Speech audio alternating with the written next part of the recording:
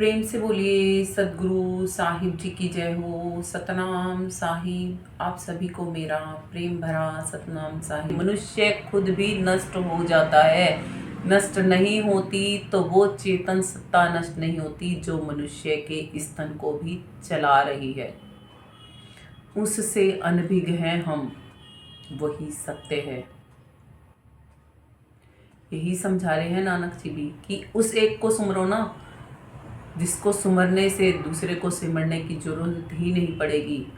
जो फना हो जाए, जो नष्ट हो जाए, वो सदीवी नहीं, वो सुख नहीं, वो आनंद नहीं। हम सुख की तलाश कर रहे हैं बाहर, जबकि सुख हम खुद हैं। साहिब कहते हैं ढूंढ ढूंढ में ढूंढ है, ढूंढ ढूंढ में ढूंढ, ढूंढना चाहे ढूंढ को तो या ही ढूंढ में ढूंढ। कि ये मनुष्य जिस ढूंढ की, जिस सुख की तू तलाश कर रहा है, वो तेरे इस ढूंढ में, इस शरीर रूपी ढूंढ के अंदर में है। तो यहाँ पर ढूंढने की बजाय उसको बाहर ढूंढा है तो वो बाहर नहीं मिलेगा। वस्तु कहीं ढूंढे कहीं के ही विधि आवे हाथ, कहीं पर और हम ढूंढ रहे हैं उस सुख को जो कि हम खुद हैं। कहे कबीर वस्तु जब पाइए, जब भेदी लीजिए साथ। जो इस बात को जानते हैं उस भेदी का संग जब हम करेंगे तो वो हमें हमारे अंदर में ही ढूंढना हमें सिखा देंगे।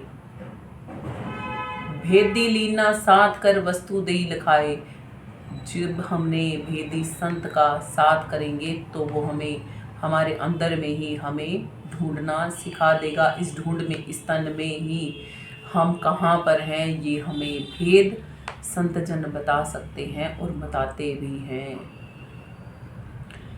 करोड़ों जन्म भी अगर बाहर खुद को ढूंढोगे तो खुद से नहीं मिल पाओगे। मृग की नाभि माही कस्तूरी, वन वन फिरे उदासी। ऐसे ही घट में तू बंदे, बाहर क्यों खोजे अविनाशी। बाहर नहीं मिलेगी वो अविनाशी आत्मा, आप खुद हो। आप अपने अंदर में ही खुद को मिल सकते हो, बशर्त है अंदर में जाना सीखोगे तब मिल पाओगे। प्रैक्टिकल सीखोगे तब अंदर में जाना सीख पाओगे और तब खुद से मिलन करके खुद का मिलन परमात्मा से भी कर पाओगे। कहते हैं जब वस्तु लखा देता है संत जन तो करोड़ों जन्म भी हम बाहर ढूंढते तो नहीं मिलता। कोटि जन्म का पंथ था गुरु पल में दिया पहुंचाए। एक पल में ही मिल सकते हैं हम खुद से, मिलना चाहेंगे तो।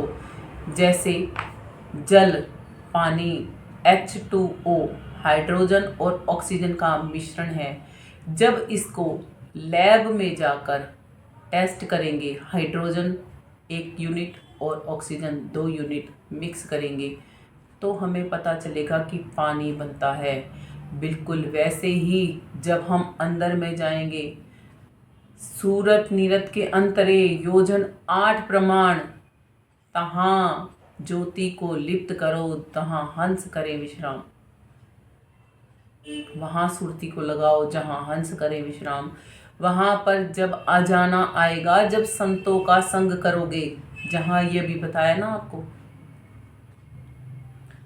अंदर में ही कहीं हम बैठे हैं, हमें अंदर में जाना नहीं आ रहा क्योंकि संतों का संग हमने नहीं किया हुआ अभी तक।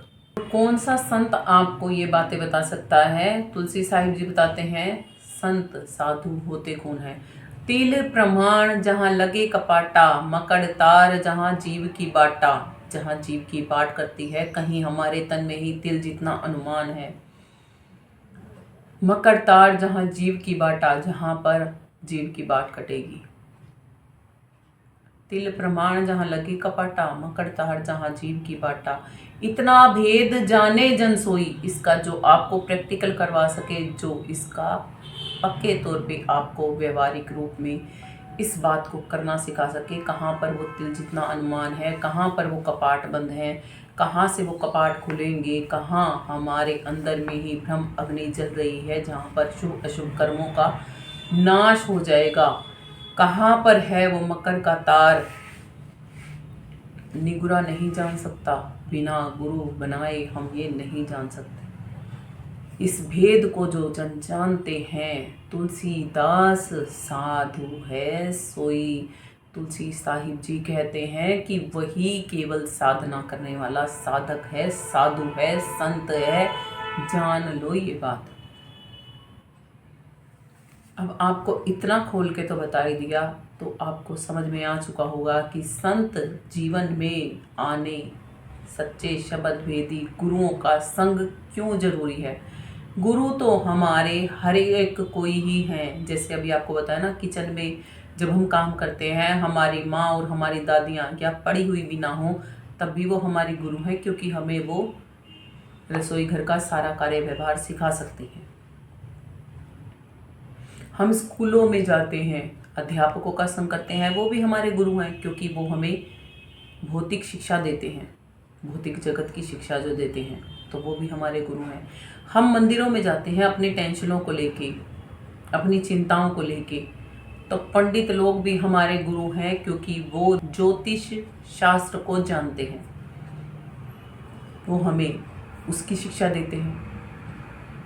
ऐसे ही हमने अगर डॉक्टर बनना है तो डॉक्टरों का संग करेंगे, टीचर बनना है तो टीचरों का संग करेंगे, वकील बनना है तो वकीलों का संग करेंगे, जज बनना है तो जजों का संग करेंगे, इंजीनियर बनना है तो इंजीनियर का संग करेंगे। जिसका संग करेंगे उसके जैसे हम कब बनेंगे, जब उनकी बातों को सीख के जीवन में धारण करेंगे तब। ऐसे ही आत्मज्ञानी और परमात्म ज्ञानी सच्चे शब्द भेदी संत होते हैं। जब हम उनका संग करेंगे और उनकी बातों को जीवन में धारण करके अमल करेंगे तो हम भी सच्चे शब्द भेदी संत बन सकते हैं, और यहाँ से आवागमन काट के परमात्मा तक जा सकते हैं। जाना चाहें तो हमारी मर्जी, और नहीं जाना चाहें तो भी हमारी ही मर्जी है। जैसे स्कूल तो सबके लिए खुले हुए हैं, कोई पढ़ना चाहे तो पढ़ सकता है, अनपढ़ रहना चाहे तो अनपढ़ रह सकता है। शिक्षा तो किसी को नहीं कहती ना कि पढ़ो या मत पढ़ो। ऐसे ही परमात्मा किसी को नहीं कहता उस तक आओ या मत आओ। आत्मा स्वतंत्र है, चाहे तो आत्मज्ञानी बन के परमात्मा तक जा सकती है, सतनाम को जान के सतभक्ति सीख के करी जा सकती है। तो हमें पता लगता है हम कैसे कर्मों के बंधनों में बंधे हुए हैं। रजगुण, तमगुण और सतोगुण में हम हर समय प्रभावित रहते हैं। रजोगुण में मैं, मेरा, मेरी, मेरे बच्चे, मेरा परिवार, ये सब कुछ हमारे अंदर में तीव्रता से चलता है। तब तम गुण और सतोगुण दबा हुआ होता है। जब हमारे अंदर में तमोगुण की प्रधानता चलती है तब हमें कोई भी अच्छा नहीं लगता। उस समय हमारे अंदर में अंधकार छाया होता है, क्रोध अग्नि तीव्रता से जल रही होती है। तब हमें ये होता है कोई किसी का नहीं, मार दो सबको, काट दो, जला दो, फूंक दो, खत्म कर दो सबको, सब कुछ नष्ट हो जाना चाहिए। और उसके बाद तब हमारे अंदर में रजोगुण और सतोगुण की कमी हो रखी होती है। और जब हमारे अंदर में सतोगुण जागृत होता है तब हम आत्मिक भाव को, सत्यता को जान पाते हैं। साथ में ज्ञान का अहंकार भी हम वहाँ से प्राप्त कर लेते हैं। हमें ये तो पता होता है कि इस दुनिया में कोई किसी का नहीं, सब मिट जाएगा, सब कुछ छोड़ छाड़ के प्रभु बंदगी करनी चाहिए, भक्ति करनी चाहिए। मगर ज्ञान इतना हो जाता है उस पल पे कि हमारे अंदर में अहंकार भी व्याप्त हो जाता है। तो कृष्ण जी भी ये बात बताते हैं कि उस समय पे रजोगुण और तमोगुण की कमता हो जाती है और सतोगुण अधिक हो जाता है। कृष्ण जी कहते हैं रजगुण, तमगुण और सतगुण ये तीनों अपने अपने प्रभाव से जीव आत्मा को बंधन में बांधने का कार्य करती है। तो अब हमें क्या करना चाहिए? हमें सतोगुण तो धारण करना चाहिए, बस इतना भी ध्यान रखना चाहिए कि हम अहंकार से ग्रसित ना हो, खुद के स्वार्थ के लिए ना जीकर परमार्थिक कर्म करते हुए जिए, सभी आत्माओं पर दया करें। सभी को क्षमा करें, सभी से प्रेम करें, किसी से भी ईर्ष्या द्वेष ना करें, क्योंकि हम सभी यहाँ पर कर्मों के बंधनों में बंधे हुए हैं। किसी को छुड़ा सकते हैं तो छुड़ाने की कोशिश करें, ना कि दूसरों के बंधनों को बांधे और खुद भी बंधनों में बंध कर यहीं के ही होके रह जाएं। इसीलिए ही साहिब कहते हैं, सत्य, क्षमा, शील, दया, ज्ञान, विवेक, धैर्य, वैराग्य, त्याग, संतोष, सहनशीलता, विनम्रता, ये सब कुछ सद्गुण हमें धारण करने चाहिए, परोपकार करना चाहिए। जीव आत्माओं के हित की, सभी जीवात्माओं के हित की, खुद के नहीं, सभी के हित की सोचनी चाहिए। सभी के ऊपर परमात्मा की दी हुई दया का प्रसाद बांटते रहना चाहिए। सही मायने में सच्ची भक्ति का गुणगान करना चाहिए। अपने गुरु को, जिन्होंने इस ज्ञान से हमें नवाजा है, उनके हर पल सदके करने चाहिए, दंडवत प्रणाम करना चाहिए। सबसे पहले ध्यान मूलम गुरु मूर्ति, अपने गुरु का मूर्त का ध्यान करना चाहिए। पूजा मूलम गुरु पादुका, उनके श्री चरणों में अपने मस्तक को नवाना चाहिए ताकि उन गुरु की पूजा हो सके। मंत्र मूलम गुरु वाक्यम, जो गुरु ने वचन बोलकर, जो हमें सिखाकर, जो हमें प्रैक्टिकल रियलाइजेशन करवाया है, उस पर हमें ध्यान देना चाहिए, क्योंकि वही मंत्र है हमारे लिए। और मोक्ष मूलम गुरु कृपा, जब हम उसको अमल करके, धारण करके और उस पर चलते हैं, तो वही गुरु की दया से फलीभूत होता है और हमें मोक्ष की प्राप्ति होती है।